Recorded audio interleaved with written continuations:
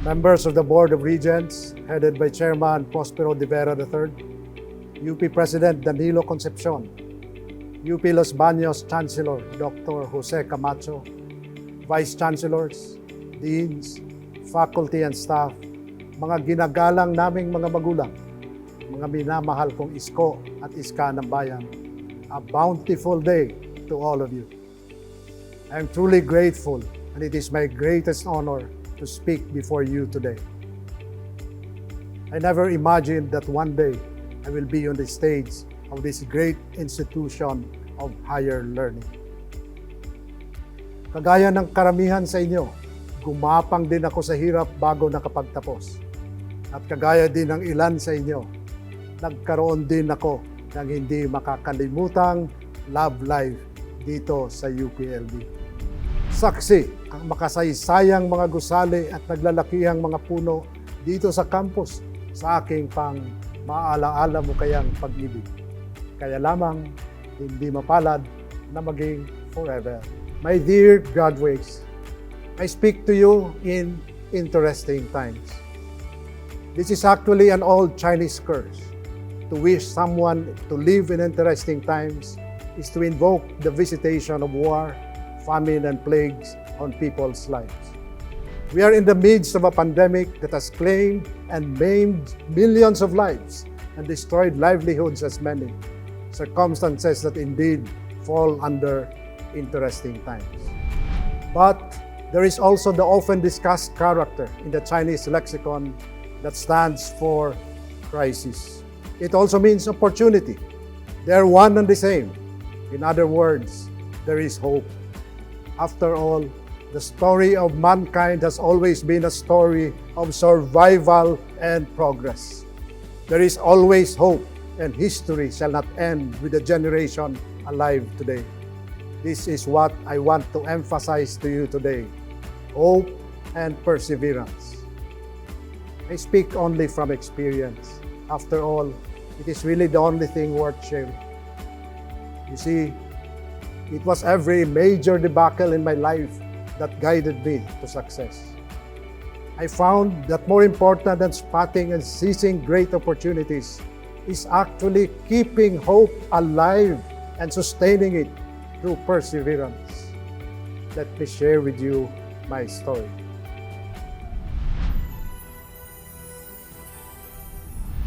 I came from a family of 5 children.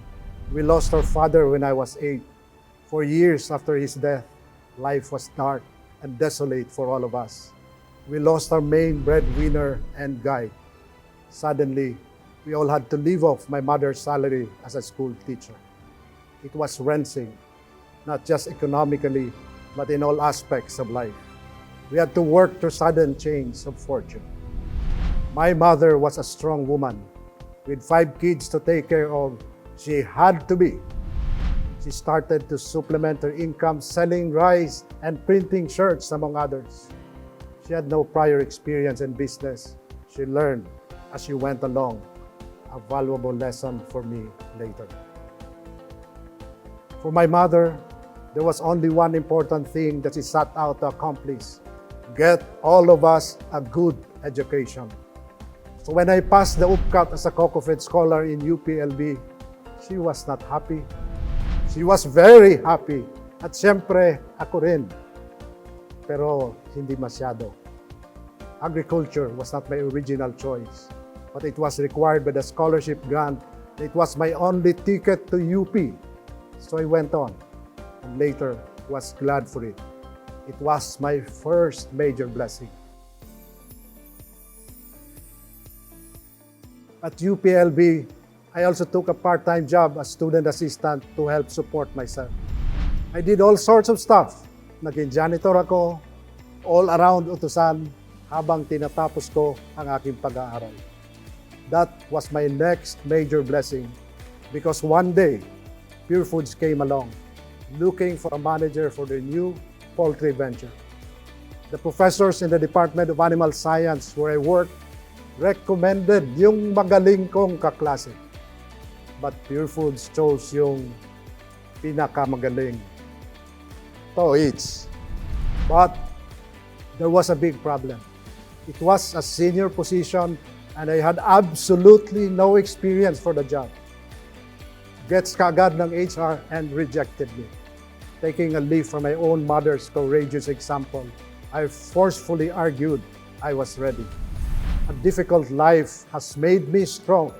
Humaba ang interview at palagay ko, napagod ko yung HR. Dogged persistence won the day. I was hired.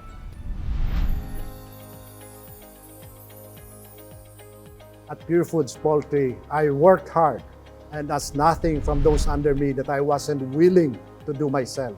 And that included unloading truckloads of feeds when no one was available. Although I was demanding, I took care of my people. 10 na mga pamilya nila. I rose to become the youngest senior vice president, just a rank below the president, doing a job I have come to love and know so well. I was elected president of the Industry Association of Broiler Integrators. I felt on top of the world. Pero sa isang iglap, ang aking mundo ay gumuho. Nabili ng San Miguel ang pinaglilingkuran kong Pure Foods. Sariwa pa sa aking alaala ang mapait na mga pangyayari sa mga panahon na yon. When San Miguel reorganized the business, marami sa aking mga kasamahan ang nawalan ng trabaho due to redundancy. A lifetime of security went down the drain and many did not know what to do. Paano na ang pag-aaral ng kanilang mga anak? Paano na ang hinuhulugan nilang mga bahay? May kabuhayan pa kaya silang matatagpuan? I was offered the position by the new owners, but I would no longer be in control.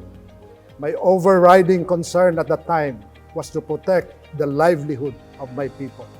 I left San Miguel Pure Foods and considered my options. Among several, I took on the generous offer of financial backing and a free hand by the Cheng family. They wanted me to build a company and run it the way I ran Pure Foods. I started BAVI with my people who lost their jobs from San Miguel Pure Foods. This debacle turned out to be my biggest break. Leading my own company, me and my team were consumed by work. Given another chance, ang mga gabi ay ginawa naming araw para masigurado na kami ay maging matagumpay sa aming panibagong kabuhayan. I was always on the road, building the business. I hardly saw my family. My wife, like my mother before her, gamely took on the job of raising our kids and holding our family together. Among the successes I earned in life, I am most proud of having married the best woman, Lita, as wife and mother of my 4 children. And I probably did not earn it on my own merits, but by dint of pure God's grace. Saranghay, my sweetie pie. My new business as a poultry integrator went very well. We became the second largest poultry integrator in 3 years, bigger than the poultry business we built in Pure Foods for 19 years. But it was also vulnerable. Disaster struck again with the adoption of the ASEAN Free Trade Agreement. The country was going to be awash in lower-priced imported chicken. Kinailangan naming makaisip ng paraan kung paano namin maisasalba ang aming naitayong kabuhayan. This new threat provided the impetus for the greatest blessing of all. We ventured from a traditional poultry integrator to a retailer of roasted chicken by rolling out Chooks to Go. That was purely a defensive move. But in Chooks, we found our true champion. It became our flagship brand and cash cow.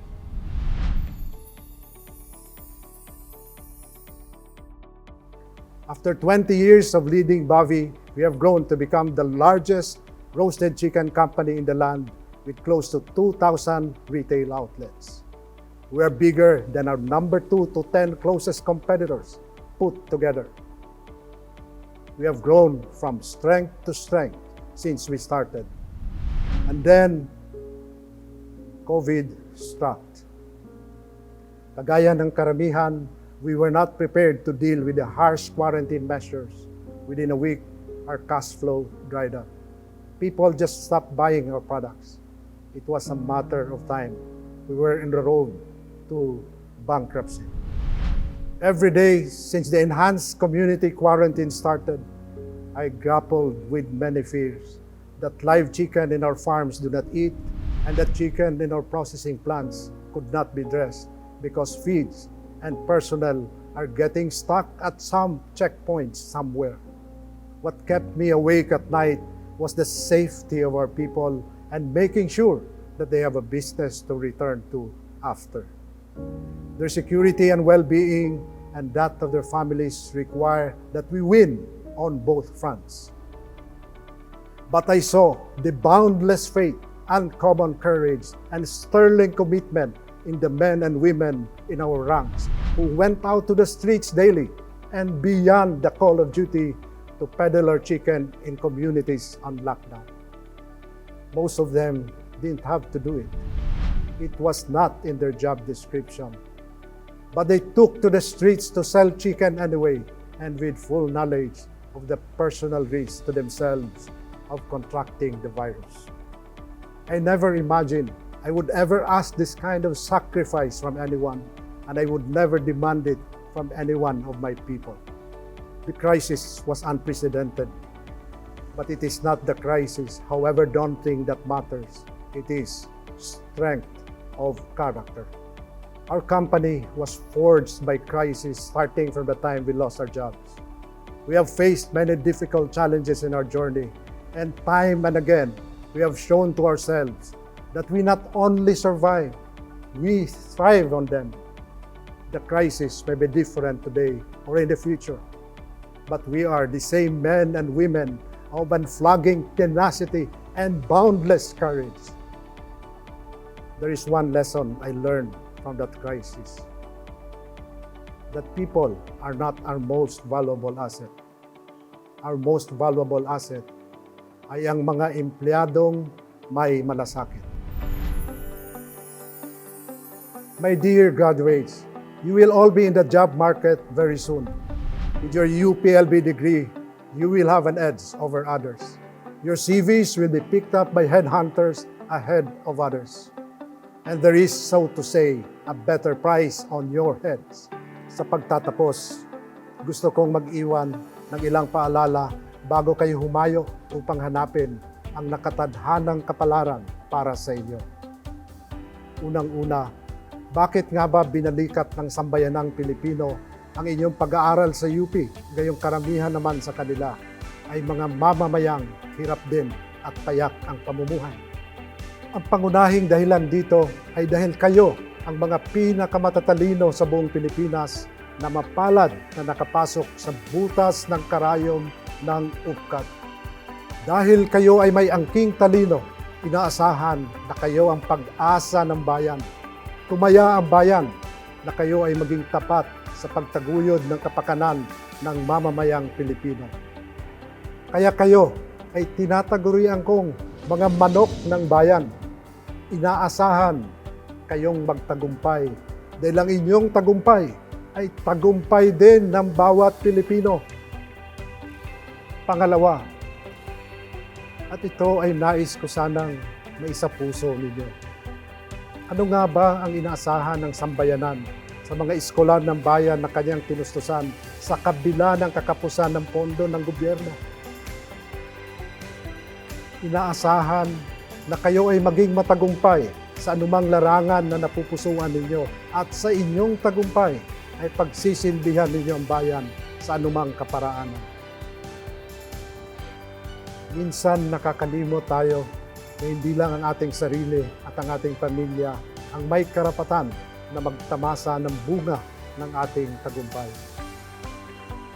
Hindi man naniningil, umaasa ang ating sambayanan sa atin. Pinapapaalala ko lang na may malaki tayong utang na loob sa bayang nagpaaral sa atin sa pag-asang lilingon at maaalala natin silang bitbitin sa ating pag-angat sa buhay. Di mapagkakaila na lahat ng nakapagtapos sa UP ay maaring maging matagumpay sa anumang larangan na kanyang napupusuan. Dumaan kayo sa matinding pagsubok at hirap bago makamtan ang inyong diploma. Ang karanasang ito ang nagpanday ng tatag ng inyong pagkatao. This ability to adapt, make great sacrifices, and commit to something bigger than yourselves is what distinguishes you as UP graduate. It is built into your character and is designed to make you thrive in adversity. At ang panghuli kong paalala ay patungkol sa prinsipyo ng UP na honor and excellence. Mahalagang naiintindihan natin na nangunguna ang honor sa excellence. Sinabi nga ng kapwa nating alumnos sa UP Diliman na si Elvin Cruz, sa UP, hindi maaring makagraduate ka na hindi mo alam na nauuna ang honor sa excellence. Dahil kailanman, hindi maaring isakripisyo ang integridad sa pagkamit ng karangalan. Anumang karangalan o kayamanan na inyong makamit ay nawawalan ng kabuluhan kapag nadungisan ang respeto sa inyong pagkatao. Ang dungis na ito ay lalanit at hahawa sa inyong pamilya at sa mga susunod ng saling lahi ng inyong angkan. Ika nga nila, guard your reputation like a glass, because a glass that is broken cannot be mended. There is a new world out there that is being born as I speak today. It is not the world of your grandfathers or even your father. This one is completely yours to master and command, as generations past has mastered and commanded theirs. It will be fraught with great risks and challenges, but the rewards born of developing strength of character will eventually be your best bet as you stake your claim in this exciting new world waiting for you. However difficult the task, you are lucky because of the chance to put the stamp of your character, your fondest dreams, your deepest devotions, your highest aspirations in a world that is waiting for you to own and master. In this volatile, uncertain, complex, and ambiguous world, your character is your destiny. Mabuhay kayo! Kayo ang mga bagong manok ng bayan.